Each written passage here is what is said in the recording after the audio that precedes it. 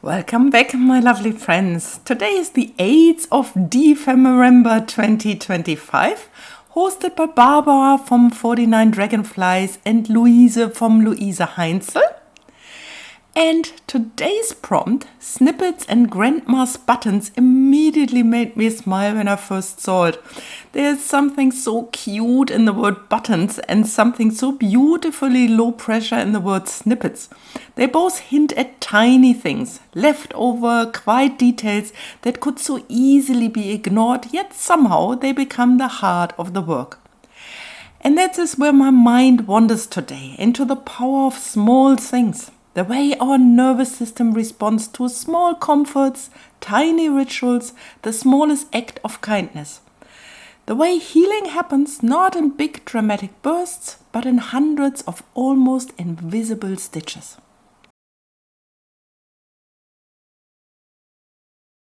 This year, Jem from Jem's Creative Space is my swap partner for Dephemerember, and she was so kind to send me a lovely package with all these goodies. So here, for today's project, I will use 3 of her items. The sari silk that I already had before. Here, this beautiful little piece. This is some kind of fiber. I really don't know what kind of material it is, and this seems to be paper that she has made herself. It's brown paper, but it's some kind of printing or painting on top of it. Then I also will use some of my leftover jelly prints, the little labels we have done before, and these are some cutouts from my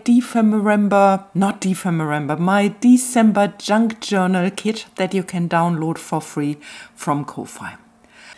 I have no box of my grandmother's buttons. I moved from Germany to New Zealand years ago, and many of those physical heirlooms couldn't come with me. So instead of using real grandma buttons today, I'm making my own. Little circles of paper glued and stitched and held together.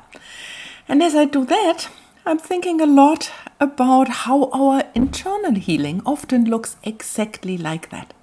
Not large leaps forward, not profound revelations, not breakthroughs that happens in one session or one journal spread, but these tiny, repetitive, almost humble motions. The kind of movement that don't look impressive from the outside, but from the inside, they change everything. So to finish my buttons for today, I am looking for a top layer of my buttons because I will construct the buttons out of 3 layers. The first 2 are the cardboard circles, and then on the top I can choose the paper that is fitting to my junk journal or to whatever I would like to do. I have here these coffee dyed papers with a color twist. And this green here and the red, I think they are a nice addition to my little buttons.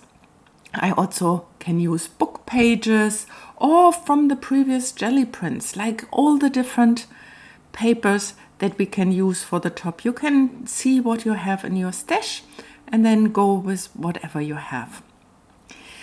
While I'm doing this, I am thinking back to my work because sometimes my clients say things like, I only managed to take 1 deep breath before reacting, or I paused for 3 seconds before shutting down, or I felt so overwhelmed this week, I just sorted my laundry. And they say this as if it is insignificant, as if they are apologizing for the smallness of their progress. But the truth is that these moments are not small. They are the foundations. They are the paper circles being layered one on top of another, creating strength where there wasn't any before. They are the tiny stitches holding the whole thing together. Healing rarely announces itself loudly with trumpets and whatever, like fanfares. It arrives quietly and it arrives slowly. And it arrives in exactly these kinds of moments. I also would like to punch out larger circles, because sometimes the small ones, I don't know if you saw the buttons that have these 4 tiny holes in it, and the little ones that can get really, really fiddly. And so I would like to have the buttons in different sizes. I did some punching out before with the cardstock, and now I'm starting gluing one on top of the other. Like first layer cardboard, cardboard on top, and then as the last layer, the decorative paper that is fitting to your journal or whatever craft project you are doing. And then the next one. First layer cardboard, a little bit more of the glue, cardboard on top. As the next layer, the decorative paper. And so, I so enjoy doing this. This is such a relaxing thing of doing it. There's something, I think I said it so often, there's something so meditative in it. It's like gluing, next layer, top layer, and then pressing it together, putting it down. Then I use the next button, like a tiny one this time. First cardstock, then cardstock on top, and then again like the decorative layer. Doing this in this rhythm, I think it's nearly impossible to think. It's like it has this one layer, glue, layer on top, the decorative paper. You need to pay enough attention to keep your mind focused and engaged, but not enough actually to solve world problems or to be with your fears or your worries. So that's why crafting can be so relaxing, doing one thing after the other. And I think that's where Barbara and Luise are also right with this Dephemerember's theme of compartmental making. Having this rhythm, not just making one button, but making one button after the other, after the other. We're building up our little stash, which is beautiful for our crafting, but at the same time we have 5, 10 minutes, 15 minutes of just breathing and giving our mind a rest. And here they are. I went around the outside with my Distress Oxide ink to make it a little bit more vintagey looking, grandma's buttons. And here you can see like the book pages. This is from an old document. And what I want to do now, I'm making the little holes. I have different tools. This is a crocodile. I can use that one. This one pinches this tiny little hole. I can maybe use that one. If you have none of that, maybe you have an owl or just needles, like a thicker stitching needle or so that you can use to punch the little holes. So in this one, I would like to have 2 in a line. It's a little bit fiddly actually, because it's hard to see. Some of the punches you can see, but here, can you see? First button, little button done. Let's see if we can make it one more. Punching, but yeah, it's I find it difficult to hold with my little finger and really place it. It's very fiddly. Let me have a look. A little bit close together, but now, let's see, another one. Maybe I use a different tool. Let's see the other side. I think I try the owl. Maybe something to put under. Maybe if I use that one. Yeah, it is easier, but it's still not the right background. I think Yes, it is easier. It is easier. But then on the other side, can you see here the back side?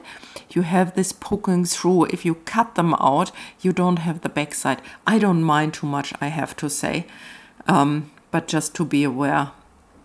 Yep, with my owl, I like that. If you use your owl and you don't have something under it to poke through, really be careful to really make sure that your fingers are not in the way. Let me try that one again. Yeah. Nah.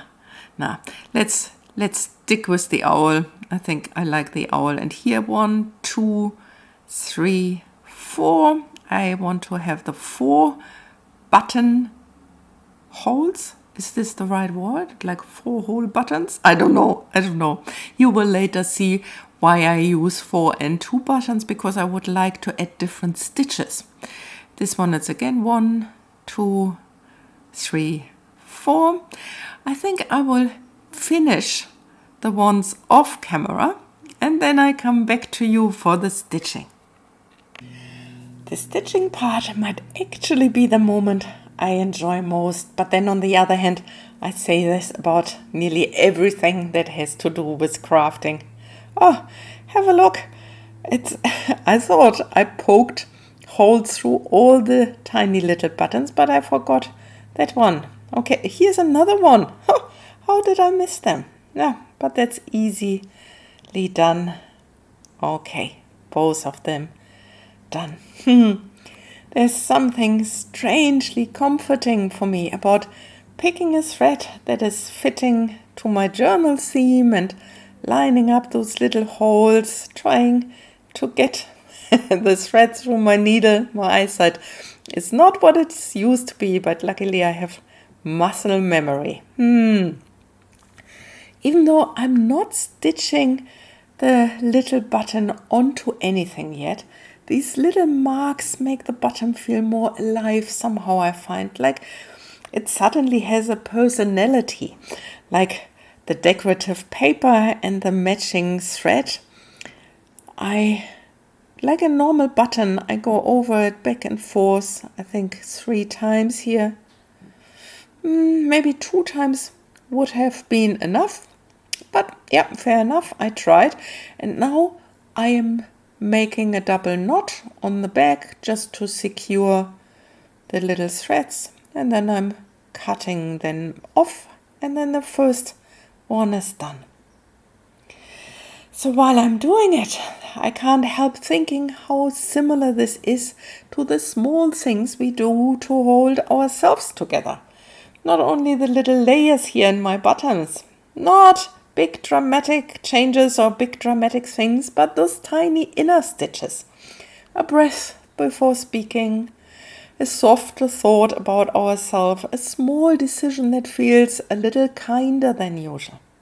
None of these things look impressive on their own, but they add up.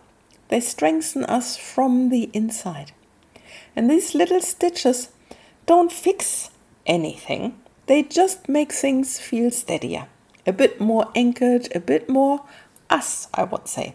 And I love that something so simple can carry that kind of meaning. It's a quiet reminder that we don't need huge changes to grow. Sometimes it's really the tiniest stitches that keep us going. And I finish this one off here again with a couple of knots. And you saw on the other side that I used the 4 buttonholes, and I, like with the first one, I just stitched these 2 lines next to each other.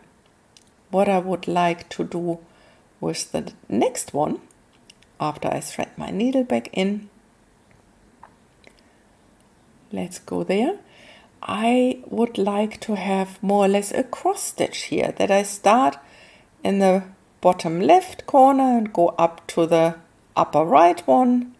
Again, like before, I do this twice, just to make the thread a little bit thicker so that it's really visible, because it's a decorative item at the end. And then go to the other side and then cross over here and have a cross stitch in the just for variety and decoration. And then again,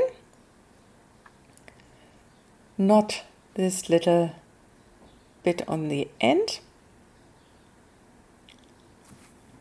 And then I will show you how they all look like. Just one knot, another knot. So calming. We don't have to rush, we don't have to hurry. Just one little button at a time. Here they are, like that's the cross one, the two parallel lines, and with the smaller one here, just one line. First 3 buttons ready. I will finish the other ones and then we come to the next project. These are the snippets for the snippet part in our prompt today, and I prepared this sticky roll here. I got it from the hardware shop. I have no idea what it is for, but I love it. It has this brown paper, like craft paper, and on the other side it's sticky. So this is the easiest project ever. I have my scraps, and I am sure you have heaps of scraps for yourself that I will use. And this is the part where I'm using the paper and the fiber and the sari silk from Gem. So let's start. I am just randomly placing these little bits and pieces, the background paper from Gem, on my roll here. Because it is already sticky, I can just put it down and it is already attaching. Maybe let's go a little bit further than that. Maybe let me put it to the side. Let me have it this way. I can then have a larger piece, maybe even. You can make it as large as you like to. For me, it would get out of the frame of our video and so you wouldn't see what I do. So I stick with this shorter version today, and here just placing them wherever they fit, and then using the next piece, some book pages, old book pages, and I still have left over from my jelly printing with the nice green and pink color in it, so that it is all in the same color scheme like before. I like always doing this. So now while I assemble this snippet roll, you can see how there is nothing fancy happening, just small bits of paper, like scraps really, snippets that on their own might not feel important. Yet when you place them beside each other one by one, they create this whole new piece with its own charm and beauty. And I find this is so important to remember. We don't begin healing by tackling the huge things. We start by tending to the scraps, the overlooked pieces, the parts of ourselves we think are not worth much, the memories we brush past, the needs we postpone, the tiny moments we never realized mattered. Snippets become stories when we let them belong somewhere. And so with that, all the snippets I have used before, they go here on the page. And speaking about things I have used before, I have my December free junk journal planner kit that you can download from Ko-Fi. And I have these little labels here. So I make little snippet pieces out of them and add them to the mix here.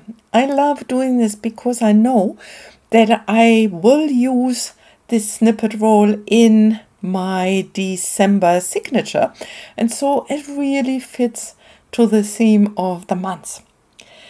What I also would like to do now that I can cut off this piece that I have finished more or less this roll or this part of the snippet roll, I would like to add some texture and some other elements to the roll.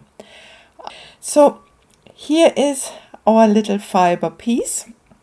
So let me cut it into little squares. The fiber goes everywhere, but here it is. Just here you can see little pieces, and here is the sari silk from Gem. And again, like I'm using little scraps, getting it even further down, cutting it. I think that's where it gets really interesting here, isn't it? Because when you bring different textures together, everything is changing. The fibers, the silk, the stamped brown paper, the music sheets, none of them belong to the same category, and yet somehow they make sense when they meet on this roll. It reminds me again how we carry different parts of ourselves. Some soft, some rough, some messy, some polished, some inherited, some learned, some still unfolding. And healing isn't about tidying those parts or forcing them into a neat identity. It's about letting them coexist, letting them touch each other, letting them form something new. Integration is not tidy, it's textured and often stitched together with thread we didn't expect to use. So I will stitch a long straight line down the middle off camera with my sewing machine. I love this part because it echoes something I talk about in therapy a lot, that even in chaotic moments, we can still create a line of intention, a grounding point, something that runs through the center of everything and keeps us steady. It doesn't fix the chaos, it doesn't tidy the mess, but it gives us a spine to rest against. And sometimes that is enough. Here I have my junk journal planner, my snippet roll, the fussy cuts from my December printable kit, and the Nana buttons all ready to go into 2 projects in my December signature. These are the previous ones. I think this page is great as a start to use a little bit of the snippet roll to create a side tuck. But before I glue the side tuck in, I would like to decorate it a little bit further. Definitely with my little Nana buttons. I cut it down to size, just that it has the length of my page. That's the great thing with the snippet roll. You can cut little bits and pieces off. And so I'm sorting through the buttons, which ones I would like to just glue on top. And I'm thinking I even would like to have a little label somewhere here. I'm sorry that you only half see it on the bottom. I'm a little bit out of frame here. I'm going through my stash of labels that I have made in one of the previous compartmental makings and find this little leftover piece saying together, and it's mounted on a bit of black cardboard, and I think I would like to add this to the mix here. So when I turn this snippet roll into this side tuck, I always think of pockets and tuck spots as emotional placeholders. They hold things for us until we are ready to come back to them. Maybe today we can imagine having that kind of tuck spot inside ourselves. A gentle place where we put something we don't want to lose. A moment of kindness or a quiet breath. A tiny success that nobody else would notice. I think those things deserve to be held, even if they feel small. I also make a second project out of the snippet roll. I just cut off a smaller piece, and in this little cluster that I'm adding to this different page, I keep thinking about how clusters behave. They gather scraps into something that feels complete, and sometimes our emotional lives do that too. We gather insights, we gather experiences, we gather reminders that we are learning, changing, softening, that we are becoming who we are in every single moment. And maybe that is what the prompt Snippets and Grandma's button is gently nudging us towards. Remembering that the things we gather over a lifetime, even the tiniest ones, have weight. They have texture, they have meaning, they hold emotional ancestry, whether or not we inherited the physical object. So, maybe let's have a look while I'm pressing down my little button here. These are the other leftover buttons. Look how cute they are, cute like a button. These ones here with the cross and the straight stitches, they can all go into my stash of little bits and pieces for later makings. And I still have a little piece left from my snippet roll that can go somewhere either in the December signature or I can use at a later point. As these pages come together, I hope this video invites you to notice the small things in your own life, the tiny moments of connection, the soft gestures you extend to yourself, the small decisions that move you closer to who you want to be. Healing is not a dramatic transformation, it's a slow accumulation of little choices, little stitches, little reminders that you matter. So today I hope you let at least one small thing land softly inside you. A breath, a pause, a moment of genuine kindness. That is more than enough. Thank you for being here with me, for crafting alongside me and for letting these small pieces become part of your day. I see you again for the next prompt.